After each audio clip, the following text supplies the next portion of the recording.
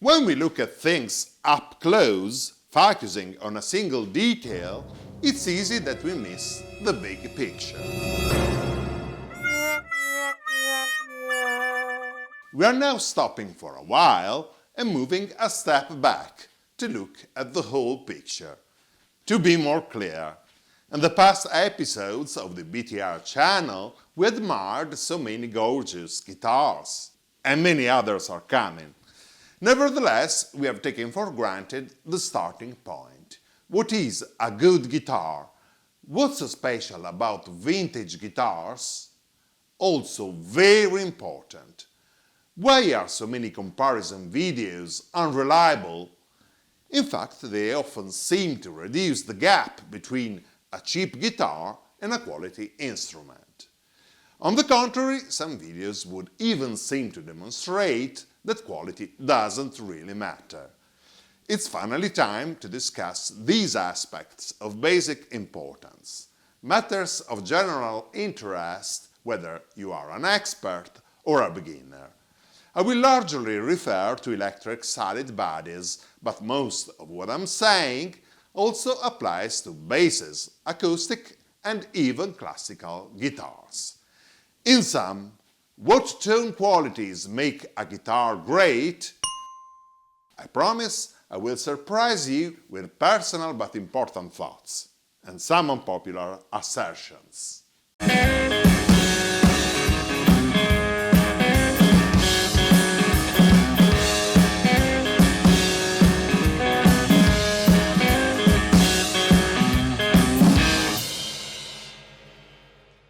Please subscribe to BTR, the channel with cherry sunburst frame, always based on documented first-hand information and serious original content.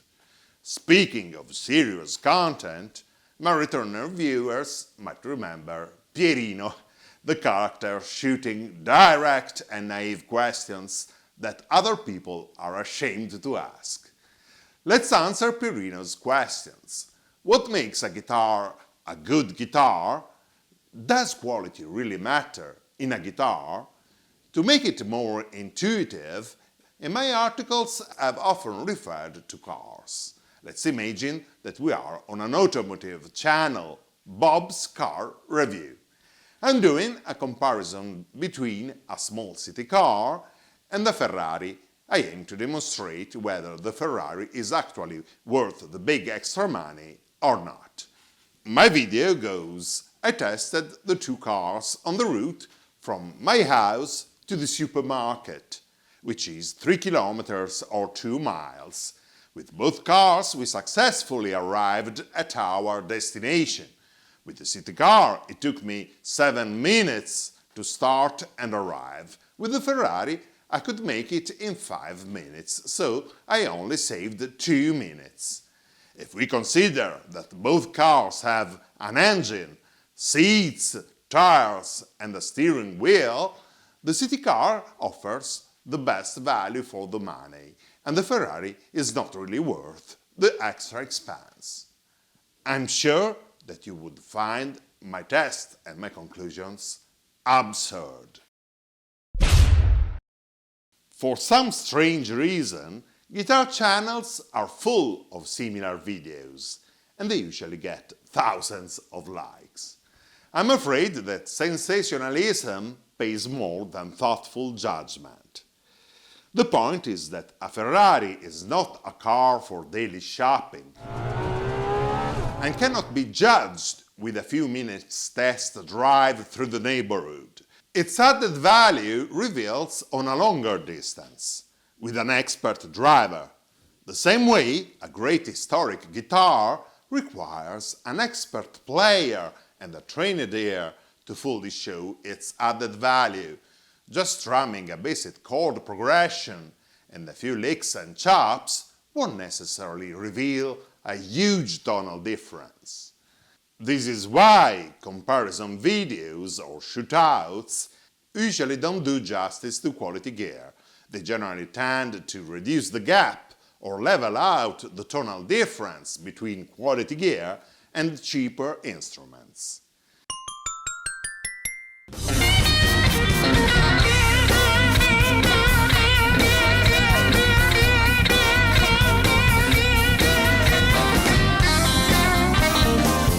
was in my teens, I saw Albert Collins live in concert and learned something very important. Indeed, one of the most important things that I could ever teach to a young player. In guitar tablature transcriptions, or modern sheet music, we notice that most notes are simply marked as plain notes. In addition, a few notes are distinguished by symbols indicating particular playing techniques. The player is invited to embellish those specific notes with effects, such as vibrato, staccato, palm muting, hammer-on, pull-off, bending, slides, and so on. This is a simplification.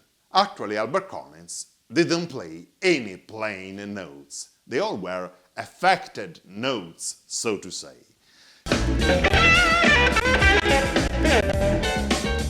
Collins had a unique touch. Every note that he picked had its own particular story to tell.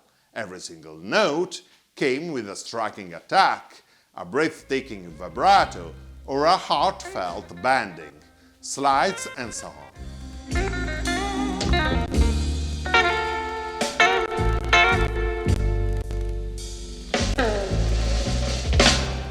He really could make his guitar talk. With this kind of playing skills, a highly expressive guitar makes the difference. In fact, Albert Collins was so attached to his inseparable 1966 Telecaster Custom.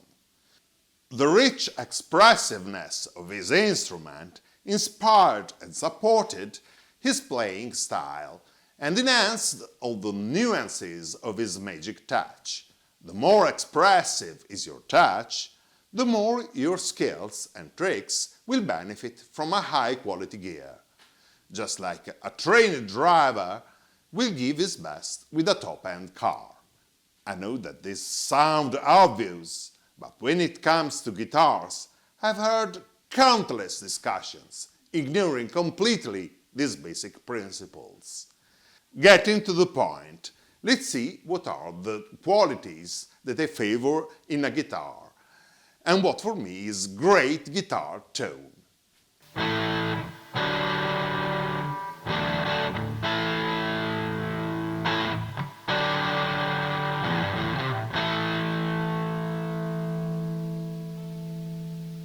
When we pick a note, our guitar will not just produce the notes that we picked. Our instrument will also produce additional tones or resonant frequencies. The note that we pick is the fundamental note.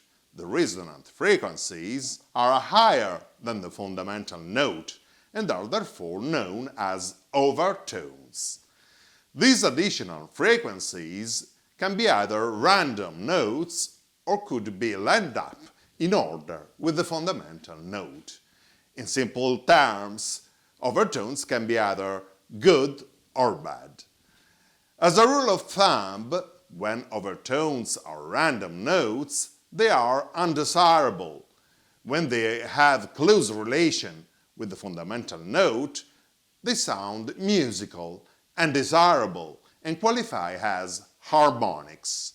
If you like mathematics, pleasant-sounding harmonics have a frequency that is an even-numbered multiple of the frequency of the fundamental note. They are known as even-order harmonics. On the other hand, bad overtones have odd or irregular relationship with the fundamental note. Overtones and harmonics play a key role in defining the tone or timbre of your guitar, which is its sonic character. In fact, these secondary tones basically determine the quality of your instrument. In particular, I individuated 7 common features in the guitars that I love. The first quality that I look for in a guitar's tone is sharpness and clarity. Bad overtones do damage. In fact, some guitars have an excess of anharmonic resonance and vibration that blurs or pollute the overall tone. In several positions of the fretboard, you get sympathetic string vibrations, which prevent a clear sound. The tone tends to become swollen, murky and confused. Notes have a blur zone, and they do not always sound defined. For example, this tends to happen with some guitars with neck-through-body construction, especially with low-quality woods. Or this problem may be also caused by cheap hardware, as my friend Vincenzo of Royal Mount knows. In extreme cases, you get frequencies resounding at the same time that conflict with each other, resulting in a cancelling effect. On the contrary, in absence of bad overtones, the pitch is sharp and clear.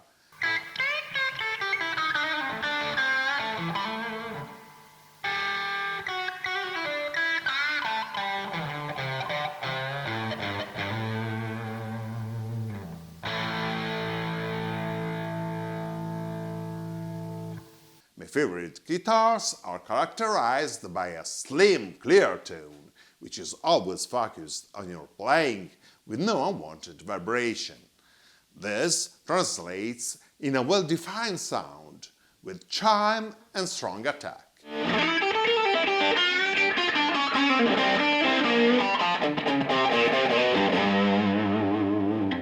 You get edgy and biting single-note soloing, while bass strings sound sharp and expressive, never muddy and swollen.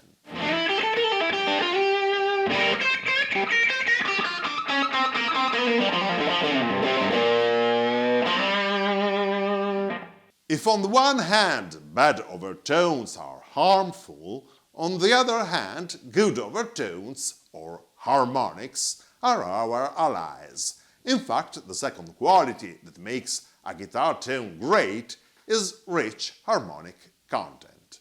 Harmonics make double stops and power chords sound full-bodied, round and warm. A guitar with articulate harmonic response will sound lush, expressive, gritty and bright.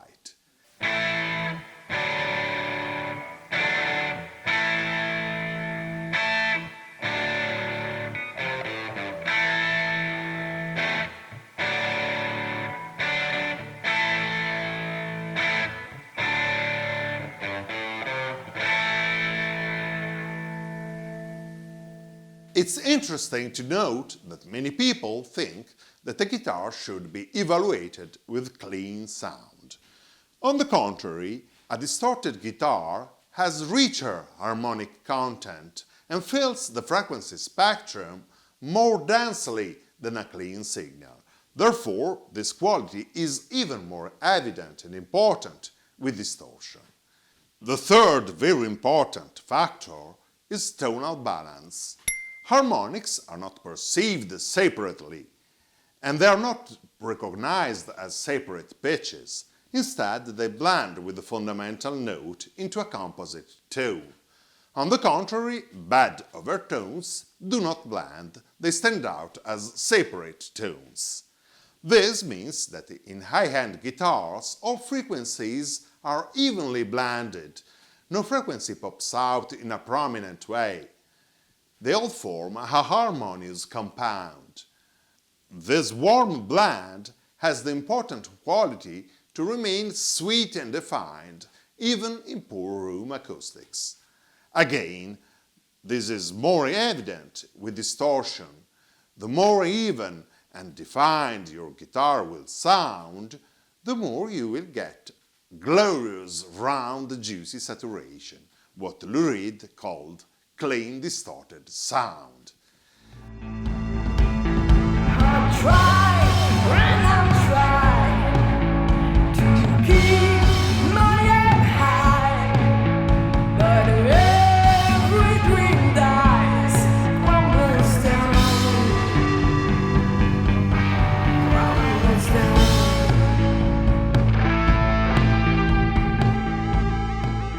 Good tonal balance is also precious when recording in studio. With a high-end guitar, you will cut better through the mix. The frequencies of your instrument will comfortably sit in the whole band's sound. For example, in the last album I recorded, the producer didn't even need to touch the equalizations with my guitars. He just relied on their natural flat EQ curve in every song. Another quality that I appreciate in a guitar is a good deal of natural acoustic sustain, which, for neophytes, is how long a note or chord keeps ringing after it's picked. This is one of the main reasons why solid body guitars were invented. A solid body absorbs less string vibration and delivers longer sustain, which is especially great to support solo phrasing. Other qualities that I consider fundamental in a guitar: touch sensitivity and responsiveness to bending and playing dynamics. These factors affect directly the quality of your performance. In a responsive guitar, every minor change in your picking or touch will modify the sound accordingly, inspiring new nuances in your music. That's why when you play a great guitar, you get the beautiful sensation that you cannot quit playing and get your hands off the fingerboard. You can go from a faint sound when you caress the strings with your fingertips to striking powerful attack. A responsive dynamic electric guitar has excellent performance even at low volume. These virtues account in large measure to high-quality tone woods and construction. Pickups also play a very important part. At the other extreme, low-quality instruments have an inconsistent and even volume response of the fretted notes. They often present weak or dead notes in different spots of the fretboard. Another element that you will only find in first-class guitars is articulation and complexity.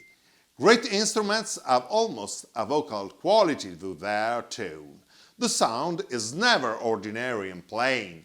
It has some sorts of complex, scratchy texture. Some notes almost seem to sound like vowels. But probably the most important feature is consistency of sound performance and tone. A great guitar sounds consistently good, with any amplification rig in whatever band's sound mix, environment and acoustics, from outdoor venues to indoor halls to recording studios. This cannot be shown in a 5-minute demo video.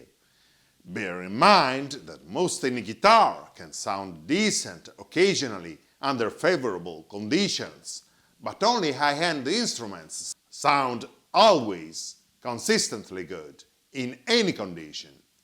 In my experience, finding all these qualities at the same time in one single instrument is almost exclusive to vintage guitars.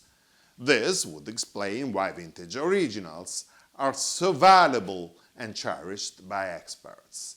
They tend to have qualities that are way more difficult to find in contemporary instruments. This, by the way, does not mean that we are condemned to spend a fortune. Back to this later on.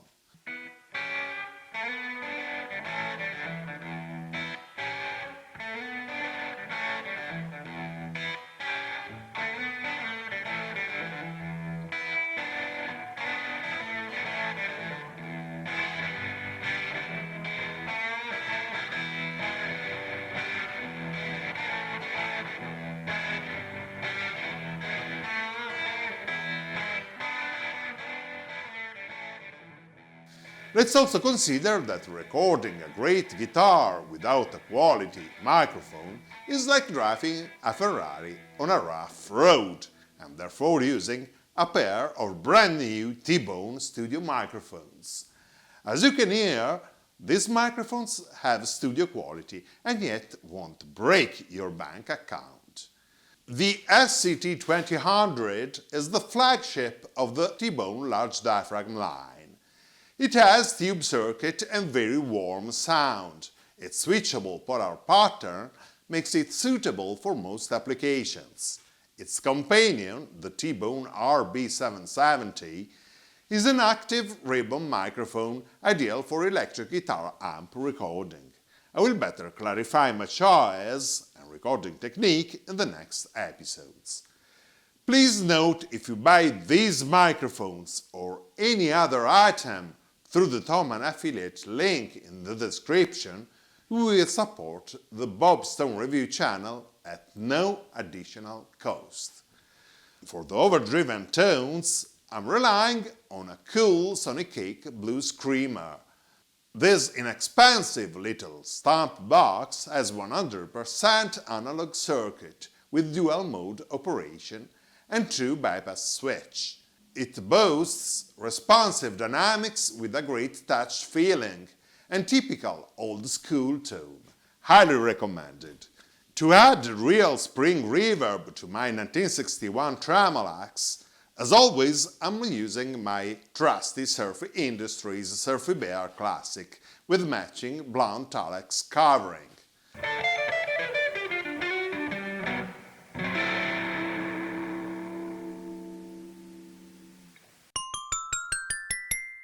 Bottom line, what is a great guitar? There's not a unique definition. We all have different tastes and different tone references. Nevertheless, we have seen 7 elements of judgment or qualities that most players find highly desirable in guitars and therefore affect the market. In fact, prices are generally good indicators of the quality level. Guitars are no exception. Better gear will actually improve your playing and make your music sound more interesting. Of course, it's also very important in life being happy with what you can afford. The good news is that some cheaper guitars can play decent and sound surprisingly well, especially with some upgrades, so don't be afraid to explore new paths. Never surrender to obvious solutions. The point is not acquiring the most prestigious guitar of the world, but finding the instrument that meets your tone reference and really fits your artistic needs and music style. Unfortunately, this is not an easy task. Even expert professionals, when evaluate a guitar, are often misled by false elements of judgment, which I call the enemies of the guitar player. In the next episode, BTR number 55, we are going to see 7 surprising enemies or threats that tend to distort our judgment when we choose a guitar. Please remember, buy anything you wish, starting from the Thomann affiliate link in the description. You will support financially Bob Stone Review at no extra cost. Subscribe now and click the bell to keep posted. Keep your comments and feedbacks coming. Don't forget to check out the Bob Stone Review Facebook group and Instagram profile.